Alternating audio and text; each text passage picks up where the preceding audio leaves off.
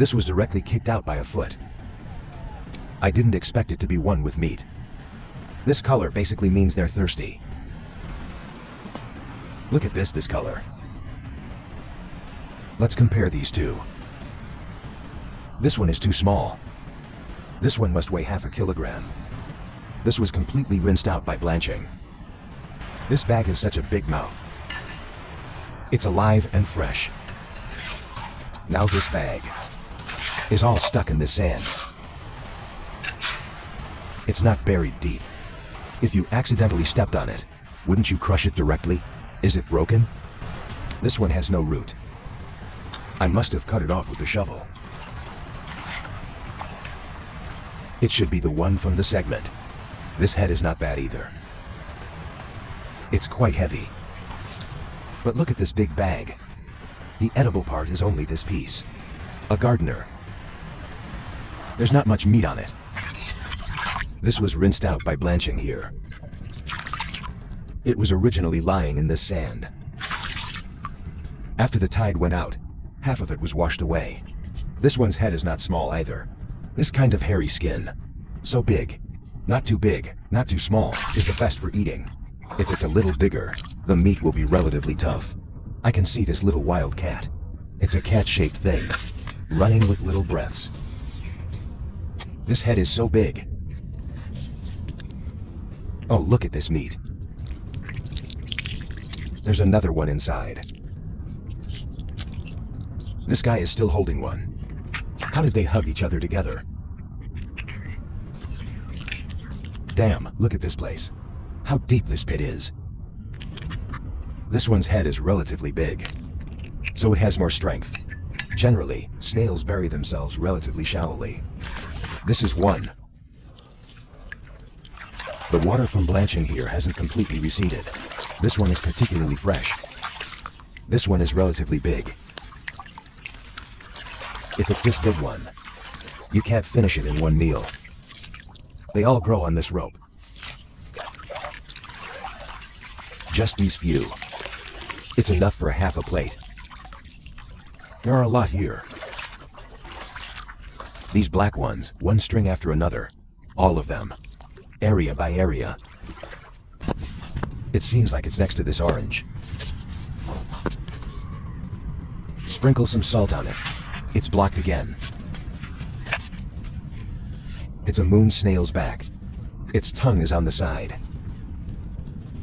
I really didn't expect it. I thought it was a clam. I guessed completely wrong. This one also looks exactly like a clam's body. This should also be a clam's footprint. Today the sand is relatively dry. Did you see its breathing hole? It doesn't dissolve when salt is sprinkled on it. This thing is right next to this hole. It just won't dissolve. There's no way. Dig a little to see how deep. Or else it will react and run away. If you sprinkle salt when it's dry, it doesn't dissolve at all. Am I just going to dig out this whole thing? It probably hasn't run away. I'll open it up and see here. It's here. Hey, did you see that? It almost ran down below. Look, the breathing hole is still here. It thought it could trick me. This head is not too big. It's still okay. Let's leave this breathing hole here. This one is really big. A moon snail as big as my palm. It's by the water. I can clean it a little.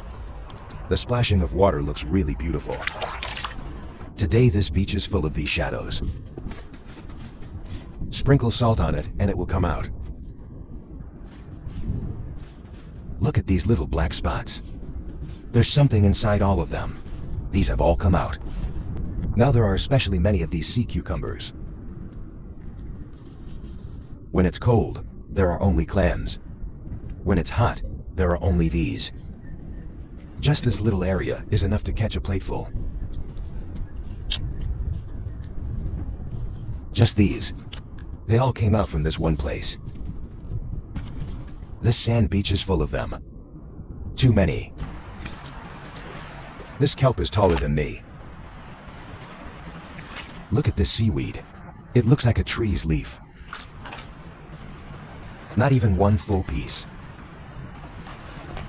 Just this big piece of seaweed. You can't even finish it in one meal. This seaweed is also quite magical. Look, it's this color now. If you scald it in hot water, it will become this color. Breathing holes like this are basically from moon snails. I'm quite familiar with this breathing hole. The breathing hole of this moon snail is particularly easy to use. This one is long. It doesn't hide deep. Its breathing hole is a rectangle. Is its tongue flat? The breathing hole it spits out is also long. Its mouth is open. No wonder it didn't bury itself in the sand. This one probably isn't too fresh. It feels like an empty shell. Let's put this empty shell back into the sea. This snail's luck is still pretty good. It didn't encounter any seabirds. It's so close to the waterline. It really doesn't have the strength to rub off the sand. Look, the ink on this cuttlefish is all over its body. It's like it's drunk. This head is quite big. Look, it's about the same size as my palm. If it doesn't have anything to dig with, it can't burrow in the sand. I saw it from far away. This moon snail should be quite big. Look, its flesh is moving. There's no time to wash this kind of moon snail. Look, it starts to shrink after being picked up. If you wash it in water, it will basically shrink inside.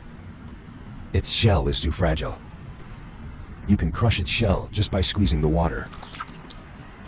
The size is not bad. This bulge is really big. Is there just one?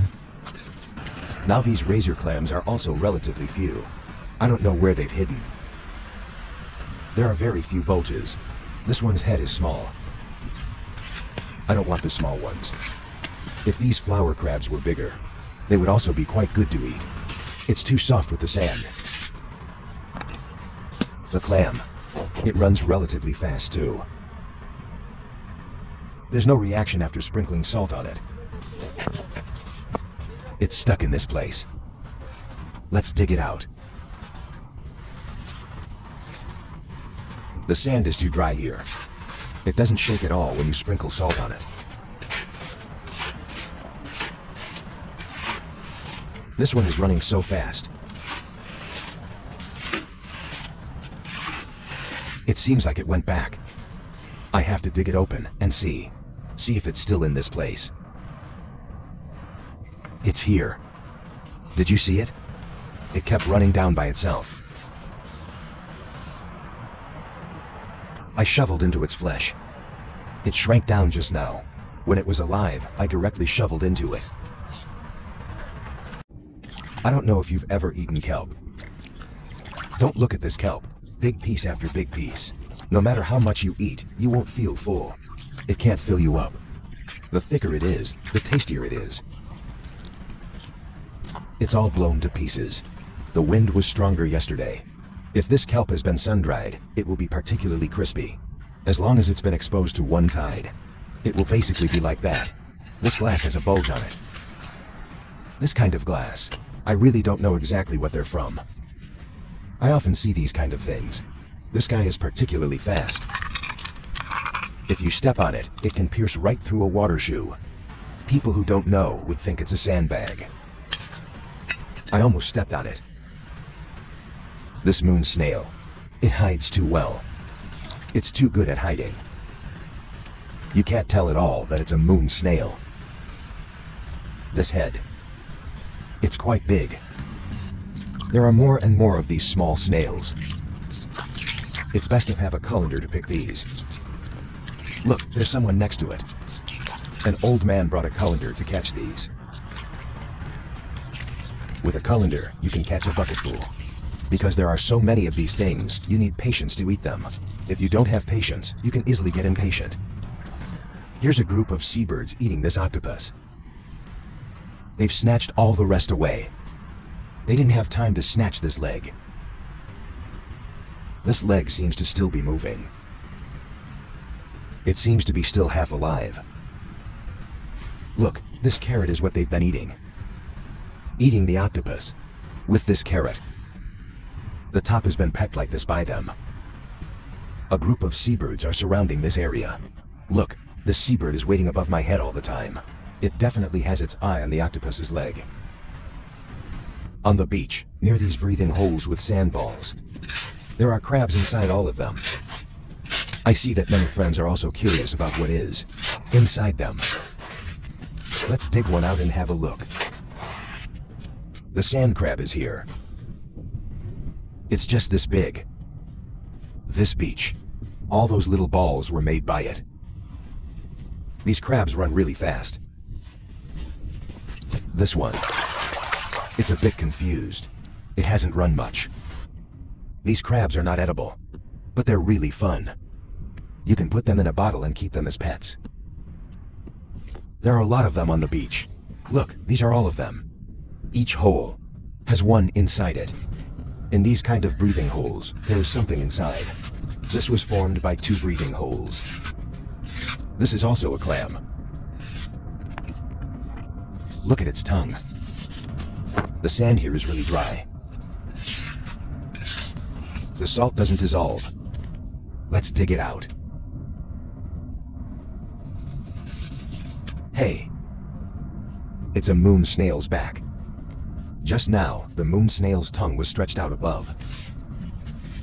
I thought it was a clam.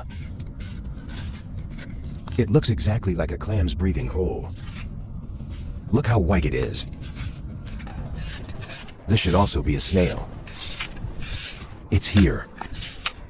It's not small either. This flesh, it's not fully stretched out. It's only halfway buried. This is also a blue swimmer crab. The size is not bad either. The smaller blue swimmer crabs are all released. Now nobody wants these kind of big starfish anymore.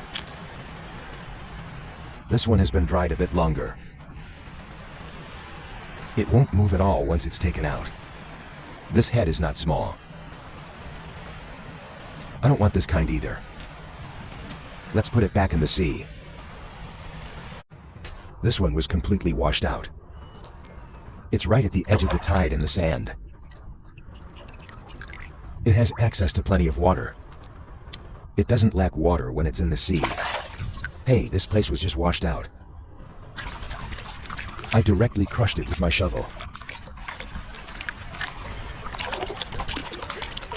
I won't eat this sea anemone. Some sea anemones have particularly deep roots. These kinds that are opened up like a flower are basically not buried too deep. They've all shrunk. This one is complete. After it's stretched out, it's this long. When it gets hot, you basically won't see these sea anemones anymore. There's another crab on top of this. It was directly scraped by this fishing net.